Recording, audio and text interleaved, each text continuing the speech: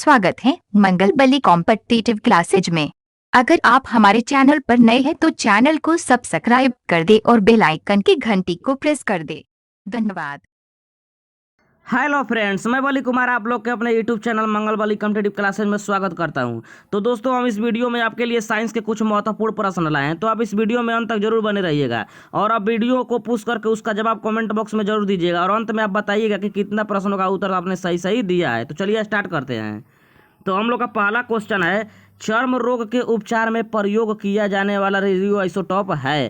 कह रहा है कि जो चर्म रोग के उपचार में प्रयोग किया जाता है रेडियो आइसोटॉप, वह कौन सा है। ऑप्शन ए रेडियो सीसा, B radio cobalt, C radio phosphorus, D radio iodine. तो जो चर्म रोग के उपचार में प्रयोग किया जाता है आइसोटॉप, वह है रेडियो फास्फोरस है। क्या है? रेडियो फास्फोरस है। चलिए देखते हैं क्वेश्चन नंबर 2। क्वेश्चन नंबर 2 है, बहुत अधिक ऊंचाई पर मनुष्य की लाल रुधिर कणिकाओं। कह रहा है कि बहुत अधिक ऊंचाई पर मनुष्य की लाल रुधिर कणिकाओं का आकार बढ़ जाता है कि संख्या बढ़ जाती है, का आकार छोटा हो जाता है कि संख्या घट जाती है। तो बहुत अधिक ऊंचाई पर मनुष्य की लाल रुधिर कणिकाएं की आकार की संख्या बढ़ जाती है। क्या होता है? कि संख्या बढ़ जाती है। लाल रुधिर कणिकाएं की संख्या क्या होती है? अधिक ऊंचाई पर बढ़ जाती है। तो क्वेश्चन नंबर 3 है, आधुनिक चर्म शोधन उद्योग में ऐसी कौन सी भारी धातु पाई जाती है जो विषैली है। कह रहा है कि आधुनिक चर्म शोधन उद्योग में ऐसी कौन सी भारी धातु पाई जाती है जो विषैली है। ऑप्शन ए निकेल, बी जस्ता, सी क्रोमियम, डी सीसा। तो वह है क्रोमियम। कौन है? क्रोमियम। क्वेश्चन नंबर 4 है, जब नींबू के रस को खाने के सोडा पर डाला जाता है तब उसमें तेज उत्फुलन होता है क्योंकि उससे उत्पन्न गैस होती है। कह रहा है कि जब नींबू के रस को खाने के सोडा पर डाला जाता है तब उसमें तेज उत्फुलन होती है। तो गैस, उससे उत्पन्न गैस कौन सी होती है? तो वह होती है कार्बन डाइऑक्साइड। कौन सी गैस होती है? Carbon dioxide. क्वेश्चन नंबर 5 है, रेडियो एक्टिविता की परिघटना की खोज की थी। कह रहा है कि रेडियो एक्टिविता की परिघटना की खोज किसने की थी। तो रेडियो एक्टिविटी की खोज किए थे बैकेरल ने। किसने किए थे? बैकेरल ने। और पूछेगा कि बैकेरल ने कब किए थे, तो 1886 ईस्वी में किए थे। कब किए थे? 1886 ईस्वी में किए थे। ये कहाँ के रहने वाले थे? तो ये फ्रांस के रहने वाले थे। कहाँ के रहने वाले थे?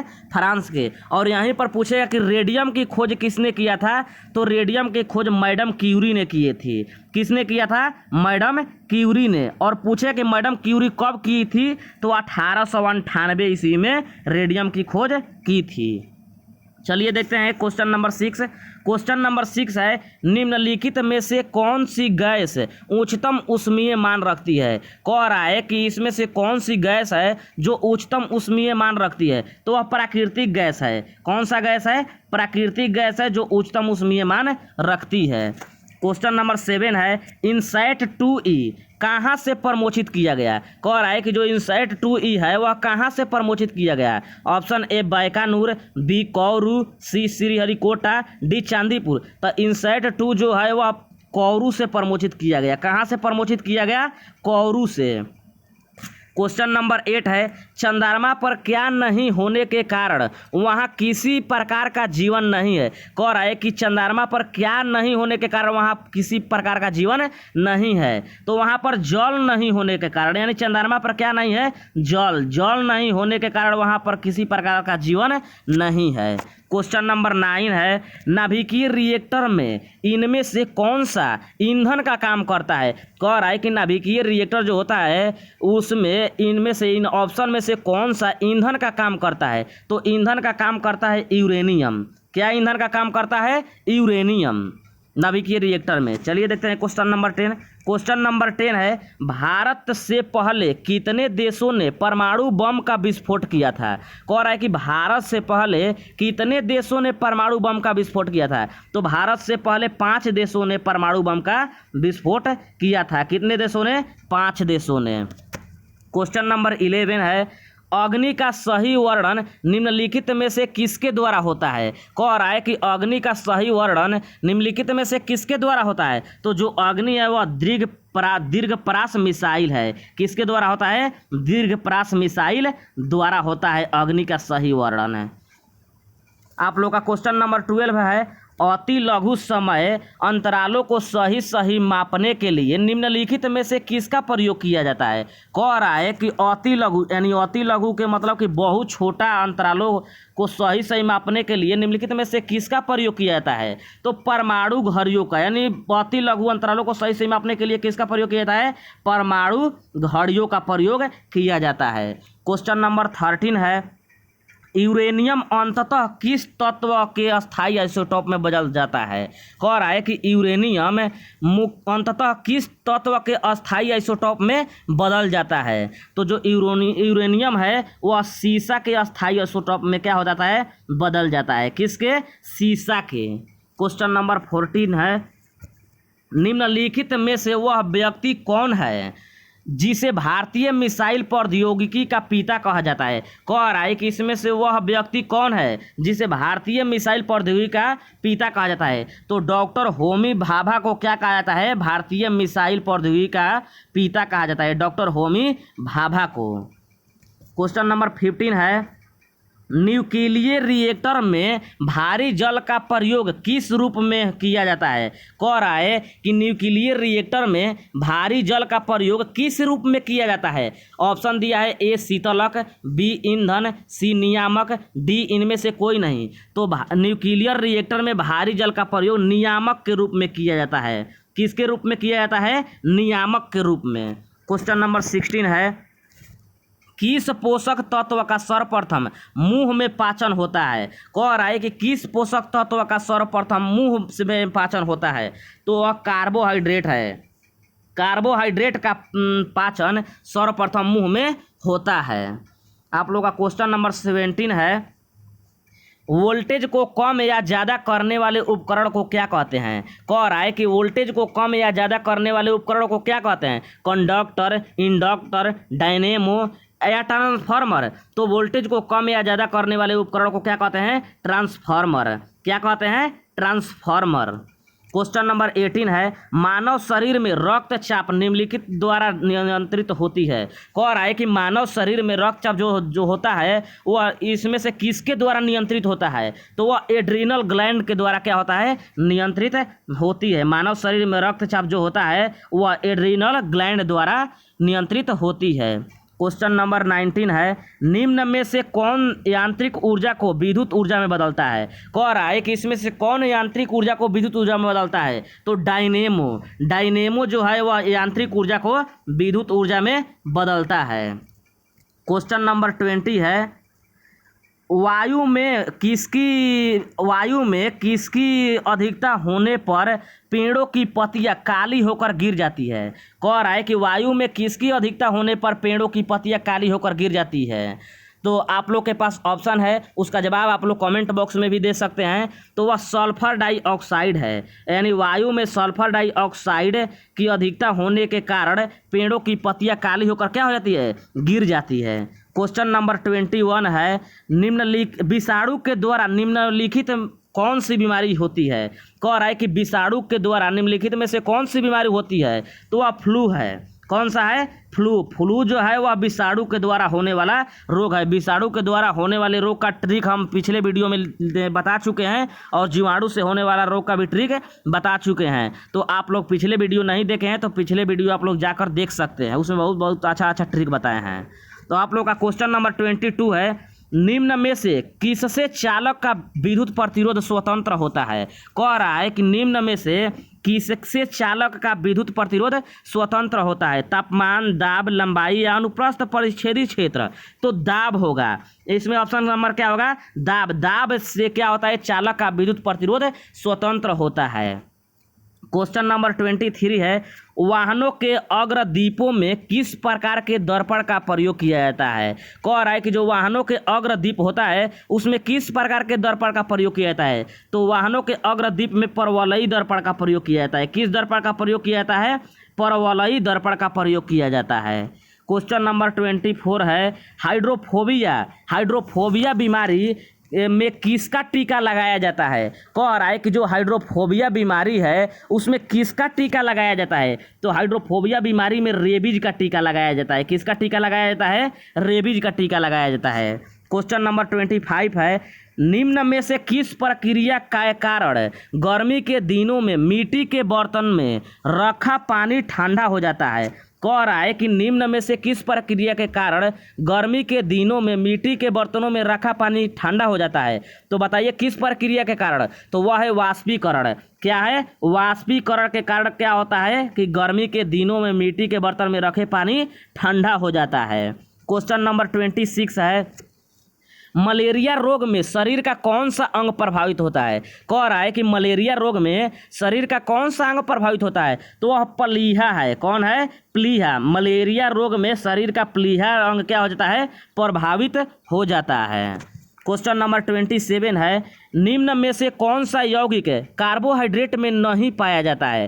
कह रहा है कि इसमें से कौन सा यौगिक है जो कार्बोहाइड्रेट में नहीं पाया जाता है? तो नाइट्रोजन है। नाइट्रोजन जो है वह कार्बोहाइड्रेट में नहीं पाया जाता। आप लोग का अगला क्वेश्चन है, निम्नलिखित में से किसकी सहायता से रक्त द्वारा ऑक्सीजन ले जाया जाता है? कह रहा है कि निम्नलिखित में से किसकी सहायता से रक्त द्वारा ऑक्सीजन ले जाया जाता है? ऑप्शन ए लोहित कोशिकाएं, बी बिम्बाणु, सी लसिकाणु, डी श्वेताणु। तो जो ऑक्सीजन ले जाया जाता है रक्त द्वारा वह लोहित कोशिकाएं है। किसके द्वारा? लोहित कोशिकाएं के द्वारा। चलिए देखते हैं क्वेश्चन नंबर 29, निम्नलिखित में से कौन सी राशि सदिश नहीं है? कह रहा है, यहाँ पर देखिए कैसे घुमाकर पूछ रहा है। कह रहा है ये निम्नलिखित में से कौन सी राशि सदिश नहीं है। यहाँ पर ये भी पूछ सकता था कि कौन सी राशि अदिश है। सदिश नहीं है का मतलब क्या? अदिश है पूछ रहा है। तो देखिए यहाँ पर विस्थापन दिया है, वेग दिया है, बल दिया है, आयतन दिया है। तो इसमें से कौन सी राशि जो है और सदिश नहीं है मतलब कि अदिश है? तो वह आयतन है। कौन सी राशि है? आयतन। आप लोगों को पिछले वीडियो में हम बता चुके थे सदिश और अदिश का बहुत अच्छा पहचान है कि जिस शब्द के पहला या दूसरा अक्षर व या ब से शुरुआत हो, क्या हो? व हो या ब हो, तो वह 90% क्या होता है कि सदिश राशि होता है। तो जैसे देखिए विस्थापन है तो शुरू वह है तो यह क्या हो जाएगा? सदिश राशि। ये भी वेग है तो वह है तो सदिश राशि। बल है ये भी वह है तो ये भी क्या हो जाएगा? सदिश राशि। लेकिन इसमें नहीं है तो क्या है? अदिश राशि। चलिए आप लोगों के पास क्वेश्चन नंबर 30 है, निम्न में से बर्फ को पिघलाने के लिए किसका प्रयोग किया जाता है? कह रहा है कि इसमें से बर्फ को पिघलाने के लिए किसका प्रयोग किया जाता है? ऑप्शन ए नमक, B caustic soda, C hydrogen, D citric acid. तो वह नमक है। क्या है? नमक है। आप लोग का अगला क्वेश्चन 31 है, गति के नियमों का प्रतिपादन न्यूटन ने अपनी किस पुस्तक में किया है? कह रहा है कि जो गति के नियमों का प्रतिपादन न्यूटन किए हैं वह अपनी किस पुस्तक में किए हैं? तो वह प्रिंसिपिया नामक पुस्तक में क्या किए हैं? गति के नियमों का मतलब उसके बारे में बताए हैं। यह प्रिंसिपिया में कब? तो 1687 ईस्वी में। कब लिखे थे? उसने प्रतिपादित किए थे 1687 ईस्वी में प्रिंसिपिया में। आप लोग का पास क्वेश्चन नंबर 32 है, निम्नलिखित में से कौन सा ऊष्मा का सर्वोत्तम चालक है? कह रहा है कि इसमें से कौन सा ऊष्मा का सर्वोत्तम चालक है? ए जल, बी पारा, सी लकड़ी, डी चमड़ा। तो जो क्या है? पारा। पारा जो है वह ऊष्मा का सर्वोत्तम चालक है इस ऑप्शन में। नहीं तो पूछेगा कि ऊष्मा विद्युत का, और पूछ देगा यहीं पर कि विद्युत का सबसे अच्छा चालक क्या है? तो वह है चांदी। क्या है? चांदी, जो विद्युत का सबसे अच्छा चालक है। चलिए क्वेश्चन नंबर 33 देख रहे हैं, तारों का रंग किस पर निर्भर करता है? क्वेश्चन नंबर 33 है, तारों का रंग जो है वह किस पर निर्भर करता है? तो जो तारों का रंग है वो उसके तापमान पर निर्भर करता है। किस पर निर्भर करता है? उसके तापमान पर निर्भर करता है।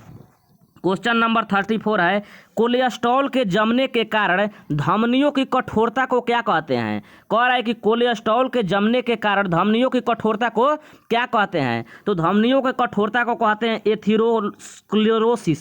क्या कहते हैं? एथेरोस्क्लेरोसिस। आप लोग के पास क्वेश्चन नंबर 35 है, विद्युत धारा का एसआई पद्धति में मात्रक क्या होता है? कह रहा है कि जो विद्युत धारा का एसआई पद्धति में मात्रक क्या होता है? तो वह होता है एम्पियर। विद्युत धारा का मात्रक क्या होता है? एम्पियर। और मोल किसका होता है? तो पदार्थ के परिमाण का, यानी पदार्थ के मात्रा का मात्रक क्या होता है? मोल होता है। और ज्योति तीव्रता का मात्रक कैंडेला होता है। और तापमान का मात्रक केल्विन होता है।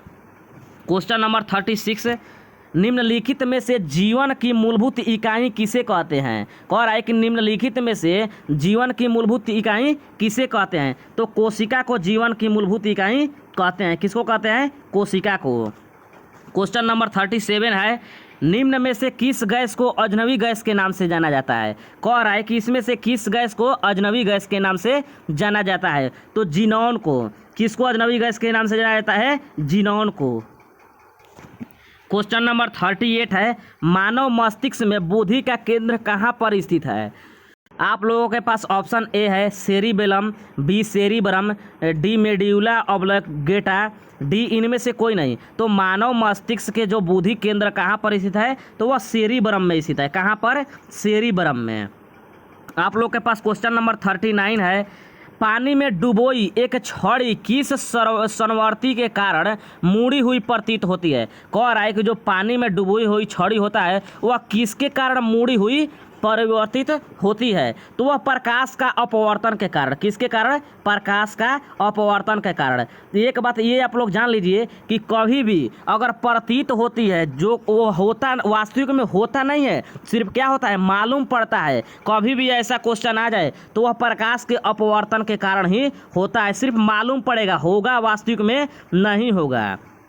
चलिए देखते हैं क्वेश्चन नंबर 40 है, निम्न में से यदि हाइड्रोजन को जलाया जाए तो क्या बनेगा? कह रहा है कि हाइड्रोजन को जलाया जाए इनमें से तो क्या बनेगा? तो वह पानी बनेगा। हाइड्रोजन को जब जलाया जाएगा तो क्या बनेगा? पानी। क्वेश्चन नंबर 41 है, मधुमक्खी के डंक मारने पर किस पदार्थ से उपचार करना लाभकारी है? कह रहा है कि जो मधुमक्खी के डंक मारने पर किस पदार्थ से उपचार करना लाभकारी है? तो वह है बेकिंग सोडा। कौन किस पदार्थ से? Baking soda. बेकिंग सोडा को ही कहा जाता है खाने वाला सोडा। इसका सूत्र होता है NaHCO3। और धोने वाला सोडा को क्या कहते हैं? उसका सूत्र क्या होता है? Na2CO3 into 10H2O। यह किसका सूत्र है? यह है धोने वाला सोडा का सूत्र। उसको कहते हैं सोडियम कार्बोनेट। धोने वाला सोडा को कहते हैं सोडियम कार्बोनेट और खाने वाला सोडा को कहते हैं सोडियम बाई कार्बोनेट है। आप लोग के पास क्वेश्चन नंबर 42 है, निम्न में से परमाणु में प्रोटॉन कहाँ पर रहते हैं? कह रहा है कि जो इसमें से परमाणु में प्रोटॉन कहाँ पर रहते हैं? तो वह नाभिक के भीतर रहते हैं। कहाँ रहते हैं? नाभिक के भीतर। प्रोटॉन जो रहते हैं वह कहाँ रहते हैं? नाभिक के भीतर। यहाँ पर वही अब क्वेश्चन हो गया है, यानी नाभिक के भीतर है। आप लोग के पास क्वेश्चन नंबर 43 है, निम्नलिखित में से कार्य और ऊर्जा का मात्रक कौन सा है? कह रहा है कि इसमें से कार्य और ऊर्जा का मात्रक कौन सा है? तो वह जूल है। कार्य और ऊर्जा का मात्रक क्या है? जूल है। ऊष्मा का भी मात्रक जूल होता है। आप लोग के पास क्वेश्चन नंबर 40 है, बादल किस कारण वायुमंडल में तैरता है? कह रहा है कि जो बादल है वह किस कारण से वायुमंडल में तैरता है? तो बादल निम्न घनत्व के कारण। जो बादल है वह निम्न घनत्व के कारण वायुमंडल में क्या करता है? तैरता है। क्वेश्चन नंबर 45 है, निम्नलिखित में से वृद्धि हार्मोन कहाँ से स्रावित होता है? कह रहा है कि जो वृद्धि हार्मोन है वह कहाँ से स्रावित होता है? तो पिट्यूटरी ग्रंथि से। कहाँ से स्रावित होता है वृद्धि हार्मोन? पिट्यूटरी ग्रंथि से क्या होता है? स्रावित होता है। इसी को कहते हैं मास्टर ग्रंथि। क्या कहते हैं? मास्टर ग्रंथि। तो आज के लिए बस इतना ही। आप लोग को वीडियो हमारा अच्छा लगा हो तो लाइक कीजिए, अगर चैनल पर नए हैं तो चैनल को सब्सक्राइब कीजिए और बेल आइकन के घंटी को प्रेस कर दीजिए ताकि हमारे आने वाले हर नए वीडियो अब तक सबसे पहले पहुंचे। धन्यवाद दोस्तों।